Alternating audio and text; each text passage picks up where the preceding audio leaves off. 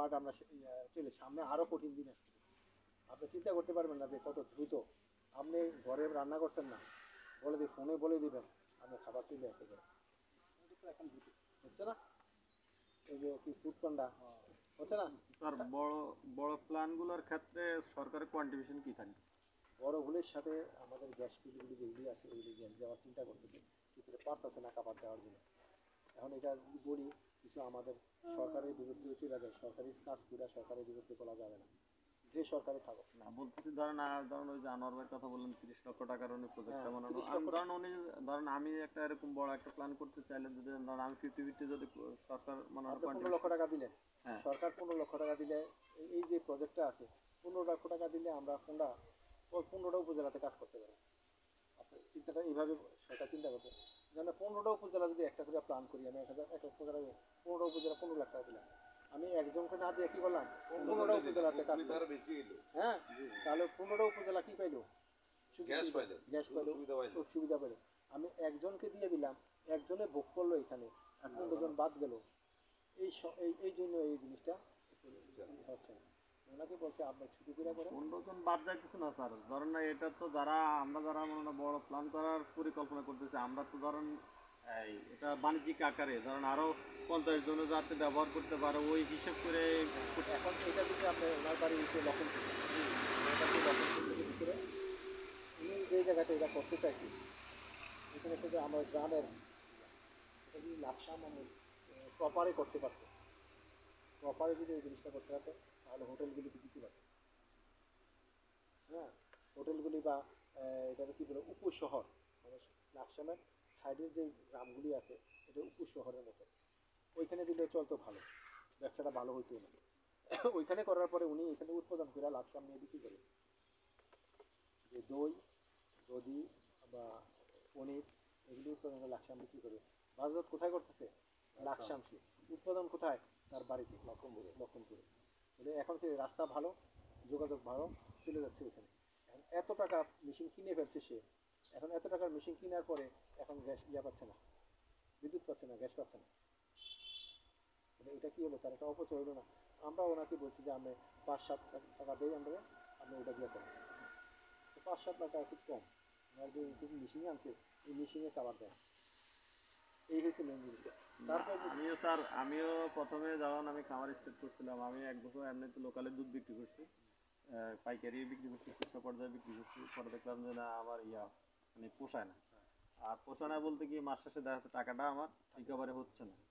পাইকারি যেখানে দিচ্ছে ওখানেও বিভিন্ন এক্সকিউজ দেখাচ্ছে, নিজেরা লোকালে যেটা দিচ্ছে ওগুলো দেখা যাচ্ছে কেউ 3 মাসের দুধ দিচ্ছে, 2 মাসের টাকা দিচ্ছে, 1 মাসের টাকা আটকে রাখছে, এরকম পর্যায়ে।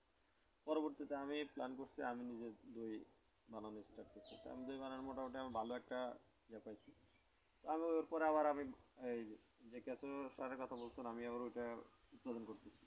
এই জন্যই বললাম আর কি যে ধরেন আমরা যারা বেশি গরু পালি, ধরেন আমরা 4-5টা না, দেখা যাচ্ছে আমার প্রথমে আমি স্টার্টিং আমার 34টা ছিল আমার খামারে গরু, কোথায় শুনেছেন। তো দেখা যাচ্ছে আমি যাদের গরু বেশি তারা যদি একটু বড় প্ল্যান করতে পারে তাহলে দেখা যাচ্ছে আশপাশে 10টা বাড়িতে দিতে পারলে তার একটা বাণিজ্যিক আকারে হইলো, ওইটাই আর কি। যদি সরকারের যদি মনে একটা কন্ট্রিবিউশন থাকে বাকিটা মনে করেন আমরা নিজেরা দিলে দিয়ে মনে হয় বড় একটা প্ল্যান করলে মনে হয় আমার আশপাশে মনে হয় আমি ব্যাকআপ দিতে পারলাম। এটাই বলতে চাইছিলাম। আমার সাথে না হয় যদি আমি বলি সাধারণ সাথে এখানে হয়, আপনার এখানে হয়, মানুষ সাথে এখানে হয়, তাহলে কি হবে, আমাদের সিটি প্রজেক্টটা চালু হবে। বড় প্রজেক্টটা আমরা করলাম না, বড় প্রজেক্টের জন্য টাকাটা কে দিবে? ব্যাংকগুলি দিচ্ছে, সরকার নেই, সরকারি ব্যাংকগুলি দিচ্ছে। এত টাকা সরকার এক জায়গাতে ইনভেস্ট করতে চায় না। যেই টাকাটা সরকার করে 10 লক্ষ টাকা দিলে একটা কোথায়, একটা উপজেলা, এই 10 লক্ষ টাকা একবারে দিচ্ছে, বাকি সময়টা আর টাকা দিবে না। 10 লক্ষ টাকা আমি একজনকে যদি ব্যবহার করি, দেখতে পেলাম কত, একজন, বারবার প্রতি মাসে একটা রিপোর্ট দিতে হয় আমার উৎপাদন একজন হচ্ছে, একজনের কথাই বলে গেলাম, মাসকে মাস 1 বছর বললাম, তাহলে এখানে কোনো কাজ হচ্ছে না। সরকার এখানে কোনো নতুন করে কোনো হচ্ছে না। সরকার চাচ্ছে যে ছোটো করে 10জনকে দাও, এটা হচ্ছে মেন ইয়াটা। একজনকে দিতে দিতে তুমি 10 লক্ষ টাকা দাও, সে নিজের পুঁজি আছে, আমরা কিছু সহযোগিতা করলাম, সরকার চাচ্ছে ওইটা। এখন তোমার 5টা গরু আছে, আর 5টা গরু কেনার পয়সা দিলাম, আমি 20টা টাকা দিতে পারলাম না। বাধ্যবাধকতা কোথায়? এই জায়গাতে বাধ্যবাধকতা। আর এখন যদি বলা হতো এটা যদি আস্তে আস্তে হবে, সামনে পাবো, আমরা সুযোগ পাবো, সুফল পাবো। এটা যে সঙ্গে বায়োগ্যাসের কথা বলছে, আমাদের এখানে রামগঞ্জ উপজেলা রামগঞ্জ উপজেলা আছে, এখানে আমরা প্রথম এই বায়োগ্যাস এটা চালু করছি। চালু করার পরে ওইখানে এত চাহিদা বেড়ে গেছে, এত চাহিদা বেড়ে গেছে, ওই গ্যাস চলে না। কোন গ্যাস? বোতলগুলো চলে না, বোতলগুলি চলে না। এটা সুবিধা ভালো তো স্যার। হ্যাঁ, আপনার বোতলগুলি চলে না বোতল দেখে, জাত থেকে চলে না এখানে দেখে সাশ্রয় তো। কালকে যে আসবে মানে দেখবেন একটা ফ্যামিলি আপনার রান্না করতে গেলে তার মাসে দেখা গেছে 2-3 হাজার টাকা লাগলি লাগে। সে যদি মনে করেন যে দেখা যাচ্ছে লাখির পাশাপাশি আবার দেখা যাচ্ছে একটা সিলিন্ডার ভরতে গেলে 2,000 টাকার কাছাকাছি, 5,000 টাকা তো এমনিতে তার কষ্ট চলে আসে। লাকড়ি চুলাতে ঝামেলা বেশি, সে 5,000 টাকা দিয়ে দেখা গেছে সারা মাস যদি এরকম একটা চুলা ব্যবহার করতে পারে তাহলে তার ঝামেলাটা কম। লাকড়ি টানা লাগলো না, বা মনে করেন না কালি হলো না, ইয়ে হলো না, অনেক মানে সাশ্রয় হচ্ছে। কিন্তু সবাই সবাই চায়। একসময় আমরা আমরা আমরা যেটা বলছি, সাধন ভাই বাড়িতে ওনার মা চুলা কিছু রান্না করার পরে একসময় সকালবেলা রান্না করছে, এটা দুপুরবেলা খাইছে, রাত্রেবেলা যাই আবার ঠিক সন্ধ্যার সময় রান্না করছে, এটা রাত্রে 12টা পর্যন্ত যা আছে ঠান্ডাই খেলাম। আমরা কি করলাম? গরম খাইতে পারলাম না, ঠান্ডাই খেয়ে ফেললাম। সকালবেলা খাইয়া গেলাম কোথায়? পান্তা ভাত খাইয়া জমিতে চলে গেলাম। কাজ করে আসার পরে কী হলো? 10টা-11টা ভাত খাইলাম। আর এই ভাতগুলো আমরা বিকাল 4টা-5টা পর্যন্ত খাইলাম। যারা আসেন সবাই খাইলো, ঠান্ডা কোনো কিছু নেই, একবারে রান্না হইলো, ঠিক না? একবারে রান্না হইলো। এখন কি হয়েছে?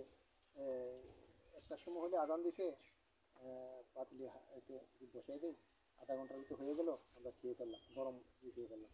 শীতের দিনে যেটা বা গরম দিয়ে খেয়ে ফেললাম। 3 বেলা রান্না করলাম। আরও সুন্দর ছিল 2 বেলা রান্না। আমরা বাজার থেকে, মানে হাসনাবাদ বাজার থেকে মাছ কিনে, তরকারি কিনে বাড়িতে গেছি কটায়? রাত্রে 9:30-10টা। আমার দাদিরা বা অন্যরা কী করছে? ওই সময় রান্না করছে। মাছ কুটে রান্না করে খাইতে খেতে কটায়? 11:30-12টা বেজে গেল না? আর এখন আমরা 12টার সময় ঘুমাই, রান্না করি 11টার সময় রাত্রে, 12টার সময় খাইয়ে 1টার সময় ঘুমাই। সকালবেলা উঠি কটায়? 8টা-9টায়। কিন্তু আগে উঠতাম কটায়? ওই 6টায়, ভোর 6টায়। পার্থক্য কোথায়? এতটুকু পার্থক্য হইল। কাজের পরিধি কোথায় পারলো? ওই জায়গায়। এখন এই জন্য বলছি, কাজ যত বেশি করতে পারবো, যত বেশি কাজ করতে পারবো, এত আয় হবে। কাজ যত কম করবো, আয় কম। আপনি একটা ইনকাম দিয়ে চলতে পারবে না। আমাদের এখানে মহিলা আছে 3 জন। কয়জন? 3 জন। এই মহিলা যারা আছে তারা বাড়তি চুলা করে আনছে, এখন আর রাজি না। এখন আর করে আমি ওই ঘরে আমার যদি সে গ্যাসের চুলাতে রান্না করতে, আমি লাঠিতে রান্না করতে, এটা সে বলে ফেলে, বল না, বলে হ্যাঁ এখন তুমি গ্যাসের চুলা নিয়ে নিন। গ্যাসের চুলা দিয়ে টাকা কোত্থেকে? আমাদের ইনকাম নাই। তো টাকা যদি ইনকাম না হয়, প্রথম মাসে সে বলে আমি তোমার চুলাটা এবং একটাই গ্যা আনার ব্যবস্থা করে দেবো, আপনাকে 5,000 টাকা ধরে দিল। আপনি কত দিল? 5,000 টাকা দিয়ে বলে তুমি চুলাগুলো কিনে নিয়ে আসো। তো আপনি 5,000 টাকা খুশি হয়ে যায় কিনে নিয়ে আসলেন।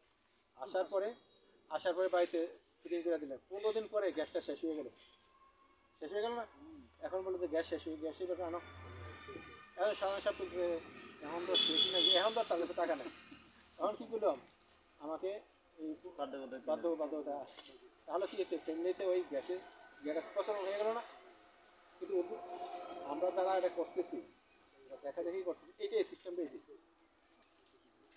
এখন এটা দেখা দেখি গেলে ওই 2টা গ্যাসের সিলিন্ডার আনলাম, এখন এটা দিয়ে চলতেছে। কিন্তু আমরা দেশে গ্যাস আছে, আমরা দেশে গ্যাস পর্যাপ্ত পরিমাণে আছে, কিন্তু আমরা ব্যবহার করতে চাই না। কী কারণে পারি না? এক কথাই বলি, আমরা আমাদের কুমিল্লাতে যারা শশীদল গেছেন কিনা ট্রেনে যেতে? শশীদল পড়ছে আপনার, রাজাপুর শশীদল, কসবার আরো আগে, কসবার একটু আগে এখানে একটা শশীদলের একটু পূর্ব পাশে বড় একটা গ্যাস এবং তেলের ক্ষেত্র আছে, খুব বড়। এটারে পাকিস্তান আমলে কি করছে? তামা দিয়া, সীসা দিয়ে মুখটা বন্ধ করে দিচ্ছে, মুখটা বন্ধ করে দিচ্ছে। যখন গ্যাস এবং তেল যখন আমরা না তুলতে পারি, কথার কথা বলি, মানে আমরা আছি কোথায়? নিচে। আর উপরে আছে কে? ভারত।